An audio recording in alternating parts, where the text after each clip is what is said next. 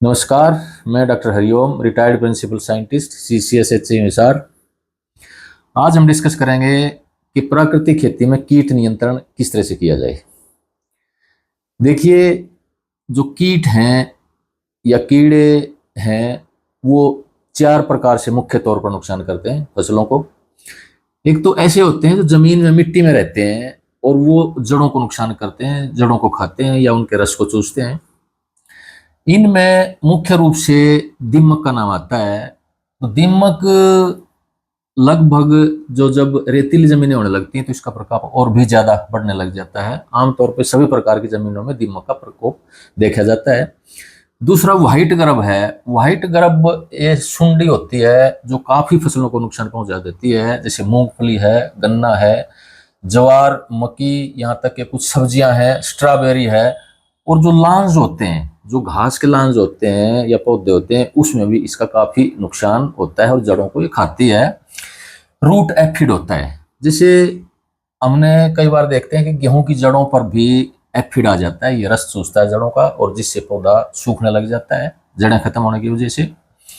Root weevil आ जाता है, जैसे धान में इसका प्रकोप आता है, दूसरी फसलों में भी आ जाता है इसका काफी हद तक। तो ये एक चावल के दाने का तरह है, जैसे चावल पका हुआ होता है, सफेद रंग का होता है ये और फसलों को नुकसान पहुंचाता है। इसके अतिरिक्त कुछ सुंडियां जैसे बन जाती हैं, जैसे गेहूं में जब शुरू में जमा होता है तो जो धान की सुंडी होती है, धान गेहूं फसल चक्कर में वो जमीन में छूट जाती है, जो डंठल होते हैं या उसके अवशेष होते हैं उनमें ठहर जाती है वो। और जब गेहूं का जमा होने लगता है तो ये नुकसान करने लग जाती है और गेहूं को काटने लग जाती है। इसी तरह से ढैंचे में भी सुंडी देखते हैं। तो ढैंचा जब जमाव के बाद जब इसकी बढ़वार शुरू होती है तो इसको खाने लग जाती है सुंडी और काफी नुकसान कर देती है। और इसके अतिरिक्त नीमाटोड का भी काफी जमीनों में नुकसान देखा जाता है। और जो लाइट टेक्सचर्ड सॉइल्स होती हैं, जो रेतीली टाइप जमीनें होती हैं, उनमें इसका प्रकोप और भी ज्यादा होता है। अब प्राकृतिक खेती में आमतौर पर यह देखा जाता है कि ये जितने भी कीट हैं इनका अपने आप ही कंट्रोल रहता है। और वो किस तरह से रहता है हम आगे बताएंगे। तो इसके अलावा जो दूसरी कैटेगरी का नुकसान होता है वो जो पौधा होता है और रस चूसने वाले कीड़े होते हैं, जैसे पत्ता होता है, तना होता है, उसमें रस चूसते हैं, जैसे तेला होता है, एफिड है, या जैसिड, व्हाइट फ्लाई जैसे जो इंसेक्ट होते हैं, रस चूसक कीड़े इनको कहते हैं। दूसरे कीड़े ऐसे होते हैं जो पत्तों को खाते हैं, काटते हैं, उनमें सुराख करते हैं और जिसकी वजह से पौधे को वो नुकसान पहुंचाते हैं। और तीसरी तरह के बोरर होते हैं जो फलों में या तने में घुस जाते हैं, जैसे धान के तने में घुस जाता है, या फल होते हैं जैसे टमाटर है और ब्रिंजल, बैंगन है आपका, भिंडियां हैं। तो इस तरह से, और गन्ना भी है, इनमें भी ये बोरर अंदर घुस जाते हैं और जो अंदर से नुकसान करते हैं उसकी बढ़वार को ही प्रभावित करते हैं। तो इसके अतिरिक्त जैसे आप देखेंगे कि जो ये सभी तरह की मैंने आपको बताई, इनका कंट्रोल कैसे किया जाए प्राकृतिक खेती में। अब मैं आपको दिखाता हूं कि एक अभी कोई 10 दिन पहले मैं गुरुकुल कुरुक्षेत्र के फार्म पे गया हुआ था। तो वहां पर देखा कि जो पेट्ठा लगा हुआ था, पंपकिन जिसको कहते हैं, वो सूखने लग गया था। तो जब वो पाड़ के देखा तो उसकी जड़ों पे सफेद जैसे चावल के दाने जैसा कीड़ा होता है वो लगा हुआ था और उसकी जड़ों में सुराख कर रहा था, जिसकी वजह से जो पेट्ठा था उसके पौधे सूखने लग गए थे। तो उसमें हमने एक एक्सपेरिमेंट किया, क्योंकि अभी हम भी एक्सपेरिमेंट ही कर रहे हैं, क्योंकि इस पे अभी वैज्ञानिक तौर पे काफी खोज करने की जरूरत है। तो उसमें हमने क्या किया कि जो हमारे पास उस टाइम पे उपलब्ध था अग्नि अस्तर लेकर के और उसमें आधा पानी मिला करके उसकी जड़ों में हमने ड्रेंचिंग कर दी, उसको डाल दिया। तो क्या देखते हैं कि वो कीड़ा खत्म हो जाता है और जो पौधे हैं उनकी बढ़वार दोबारा से अच्छी तरह से शुरू हो जाती है। तो इस तरह से जैसे मैंने आपको ये बताए जितने भी कीट इसमें आते हैं जो फसलों पर, तो इसमें नियंत्रण, एक कॉमन हम नियंत्रण देखें तो किस तरह से करेंगे।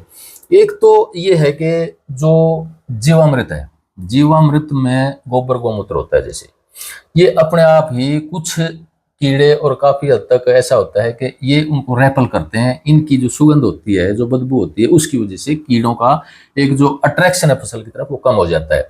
तो इसके लिए सबसे पहले हमें क्या करना है कि जब भी हम फसल की बिजाई करते हैं तो फसल की बिजाई करने से पहले जीवामृत 1 या 2 ड्रम खेत में सिंचाई के साथ लगाएं और उसके बाद फसल की जो जमा हो जाता है उसके बाद भी प्रति इरिगेशन 1 या 2 ड्रम बीजामृत का उसमें लगाते रहें। तो इसमें काफी हद तक जो हमारे जो मिट्टी के खास तौर पे जो कीड़े हैं वो भी नियंत्रण हो जाएंगे। और अगर फिर भी कोई दिक्कत आती है, जैसे ढैंचा में आती है सुंडी की, या दूसरे कुछ ऐसे जो कीट होते हैं जो मिट्टी में अंडे देते हैं, जैसे मैंने पेट्ठा में आपको बताया, तो इनमें क्या करें, अगर फसल ऐसी है कि जिसमें पौधे ज्यादा हैं, जैसे आपकी गेहूं की फसल आ गई है, तो इसमें आप एक पानी के साथ नीमास्त्र का अप्लाई कर सकते हैं। जो नीमास्त्र जैसे 1 ड्रम हो जाता है उसका तैयार कर लेते हैं। तो सिंचाई के साथ एक बार, जैसे ढैंचा है, ढैंचा जब जमना शुरू होता है, जमने के बाद जब सुंडी का अटैक होने का टाइम आता है, तो उसमें पानी के साथ नीमास्त्र अगर मिला करके हम 1 ड्रम खेत में दे देते हैं, तो जमीन की जो उसकी सुंडियां हैं वो खत्म हो जाती हैं। और ऊपर भी नीमास्त्र का ही स्प्रे कर देते हैं, उसके ऊपर 5 से 7% का। तो इस तरह से, जैसे हम एक शुरू में तो जब बिजाई करते हैं फसल की, जो प्री सोइंग इरिगेशन देते हैं, बिजाई से पहले जो पानी देते हैं उसमें जीवामृत का इस्तेमाल करते हैं। और जमने के बाद जब ये लगता है कि हमें इसमें सुंडी या कोई कीड़ा ऐसा आ सकता है जो इसको खाता है, तो उसमें एक बार बार नहीं करेंगे हम इसमें, क्योंकि नीमास्त्र जो है इसमें जो सूक्ष्म जीवाणुओं की वृद्धि को रोक सकता है। तो इसलिए एक बार अगर फसल ऐसी है कि पानी के साथ देने की जरूरत है उसमें दें, या जैसे पेट्ठा या घिया तोरी जैसी फसलें हैं उनमें अगर आपको ड्रेंचिंग करने की जरूरत पड़े तो उसमें ड्रेंचिंग करके दे सकते हैं। और इसके बाद क्या है कि इसमें जो फॉर्मुलेशन है, जो कीट नियंत्रण के लिए जो इनपुट प्रयोग किए जाते हैं, वो आमतौर पर नीमास्त्र, ब्रह्मास्त्र, अग्निअस्त्र और 10 पर्णियरक होते हैं। तो ये जो नीमास्त्र है वो तो हम तुरंत इसका तैयार कर लेते हैं, 24 से 48 घंटे में वो तैयार हो जाता है, और उसको छान करके उसी टाइम हम जब भी जरूरत पड़ती है उसका स्प्रे कर सकते हैं। ब्रह्मास्त्र है, एक बार जब हम इसको तैयार कर लेते हैं, क्योंकि इसमें एक हल्का सा उबाल देना पड़ता है, इसमें भी और अग्निअस्त्र में भी, तो ब्रह्मास्त्र को लगभग 1 महीने तक हम प्रयोग कर सकते हैं, और अग्निअस्त्र है उसको लगभग 3 महीने तक भी हम प्रयोग कर सकते हैं। और जो 10 पर्णी अर्क है, 10 पर्णी अर्क को हम पूरे सीजन के लिए प्रयोग कर सकते हैं, और उसमें 1 ड्रम में ही 40-50 एकड़ का करीब 10 पर्णी अर्क तैयार हो जाता है। और जब भी हमें ये लगे कि मौसम खराब हो गया है या कोई संभावना है कीड़ों के प्रकोप होने की, संभावना लगे इस तरह के, तो मौसम में नमी बढ़ जाती है या कीड़े के अटैक होने का संभावना बढ़ जाती है, तो इनका हम स्प्रे कर सकते हैं। नीमास्त्र को एज इट इज छान करके स्प्रे कर सकते हैं। और जो ब्रह्मास्त्र है इसका 5 से 6 लीटर, यानी कि 5 से 6 लीटर 100 लीटर पानी मिला के स्प्रे कर सकते हैं। और जो अग्निअस्त्र है उसका भी 3 से 5 लीटर प्रति 100 लीटर पानी मिला के स्प्रे कर सकते हैं। और इसी तरह से 10 पर्णियर्क का भी हम प्रयोग कर सकते हैं। और जो जिस तरह से हमारी सहूलियत होती है फार्म पे, उसके हिसाब से तैयार करके हम इनका प्रयोग कर सकते हैं। इसके अतिरिक्त क्या है कि एक नेचुरल कंट्रोल है प्राकृतिक खेती में। इसमें जो एक्सपेरिमेंट्स हुए, साइंटिफिक एक्सपेरिमेंट्स, तेलंगाना और आंध्र प्रदेश में रिसर्च पेपर पब्लिश्ड हैं कि उन्होंने जीवामृत और घन जीवामृत में जब कुछ ऐसे जो लाभदायक जीवाणु हैं, जैसे सूडोमोनास है, ट्राइकोडर्मा है, या मेटाराइजम है, बवेरिया है, ये ऐसे जो लाभदायक जीवाणु हैं जो जीवामृत और घन जीवामृत में मौजूद रहते हैं, और जब इनको हम खेत में लगाते हैं प्राकृतिक खेती में, तो ये कुदरती तौर पे बढ़ने लग जाते हैं और बायो एजेंट के तौर पे काम करते हैं। 2 इनमें ऐसे हैं, जैसे एंटोमोपैथोजेनिक फंजाई इनको बोलते हैं, मेटाराइजिम और बवेरिया। इसका मतलब ये होता है कि ये ऐसी फंगस हैं, ये 100 से ज़्यादा जो कीट हैं, इंसेक्ट्स हैं, उनको बीमार करके मारती हैं, उनमें इन्फेक्शन हो जाती हैं, उनकी नसें फूल जाती हैं, उनका शरीर फट जाता है, जिससे 7 से यानी 5 से लगभग 7-8 दिन तक इसका रिजल्ट मिल जाता है। और इसमें जब जो जड़ों वाले जितने भी कीट होते हैं उसमें मेटाराइजिम काम करती है। और जड़ों से ऊपर, जैसे तने के हिस्से पे जब जड़ों वाले भी कुछ कीट ऐसे होते हैं जो अडल्ट बन के ऊपर नुकसान करने लग जाते हैं, तो ऊपर के लिए बवेरिया का यूज किया जाता है। तो उसमें बवेरिया अपने आप ही, मेटाराइजम और बवेरिया अपने आप ही प्राकृतिक खेती में मल्टीप्लाई कर जाते हैं। और ये इसके अतिरिक्त बेसिलस है, और भी काफी सूक्ष्म जीवाणु ऐसे होते हैं जो लाभदायक होते हैं। एंटोमोपैथोजेनिक फंजाई के अतिरिक्त एंटोमोपैथोजेनिक बैक्टीरिया भी हो सकते हैं, वायरस भी हो सकते हैं, निमेटोड भी हो सकते हैं। यानी कि ये ऐसे होते हैं कि ये जो हानिकारक जो कीड़े होते हैं उनमें इन्फेक्शन करके उनको खत्म करते हैं।